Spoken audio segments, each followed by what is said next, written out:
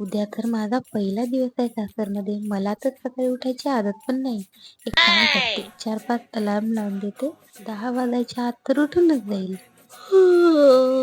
टाईमवर तर उठले, पण मी अंघोळ करून बाहेर जाऊ का बिना अंघोळीची जाऊ? काही समजत नाहीये. जोपर्यंत मम्मीच्या शिव्या नाही खात, मला तर अंघोळीची सवय पण नाही.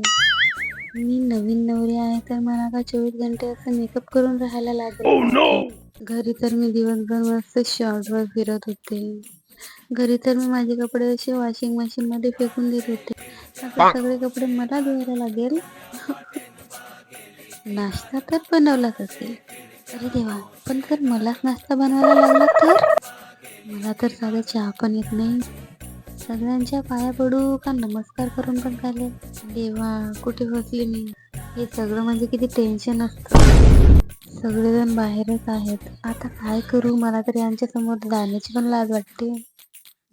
आता तर फक्त दुपारच झालीये आणि मला माझ्या घरच्यांची पण आठवण यायला लागली. पूर्ण दिवस कशी राहणार मी इकडे? देवा!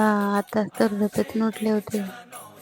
परत झोप यायला लागली. थोडा वेळ झोपून जाऊ का? डोकं दुखते म्हणून सांगते आणि झोपून जाते थोडा वेळ.